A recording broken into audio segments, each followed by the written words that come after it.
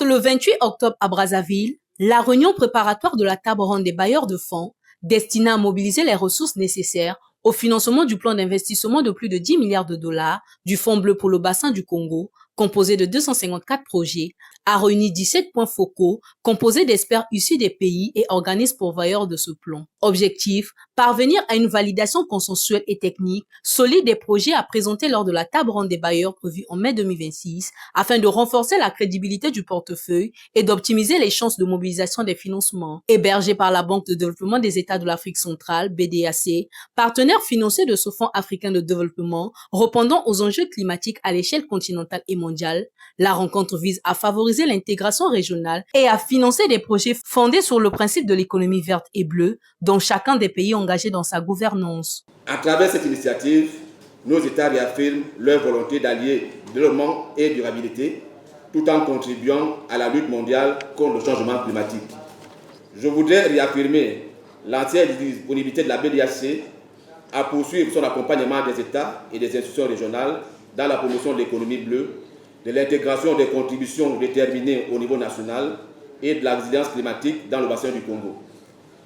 La BDAC restera à l'écoute des points focaux et des experts régionaux pour traduire en actions concrètes les engagements de nos dirigeants. Cette réunion des points focaux, prévue sur 3 jours, se déroule simultanément en présentiel et en visioconférence, afin d'assurer une préparation technique rigoureuse et transparente, gage d'un impact durable et d'engagement renforcé lors de la future table ronde. La ministre de l'Environnement Arlette Soudan-Nono a exhorté les participants à faire preuve de rigueur et de collaboration pour garantir le succès des travaux. Durant ces 3 jours, votre mission est claire et elle exige la plus grande rigueur sur les 3 points principaux suivants.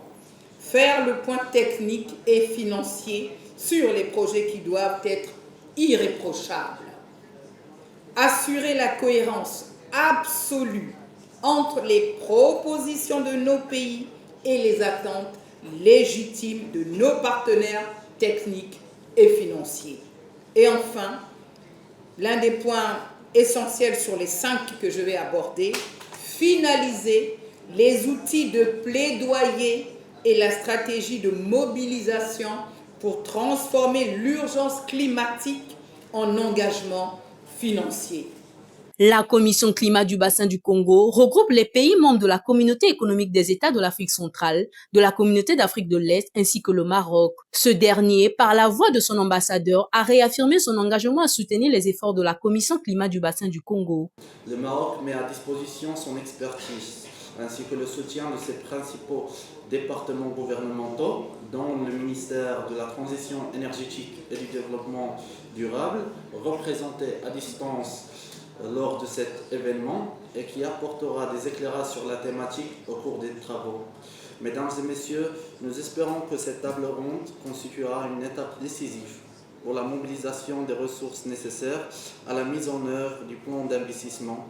Le Royaume du Maroc réaffirme son engagement à accompagner les efforts et de la Commission climat du bassin du Congo. La BDA se œuvre pour le développement durable des pays de la CEMAC et contribue à l'intégration économique régionale à travers le financement des projets d'investissement nationaux et multinationaux.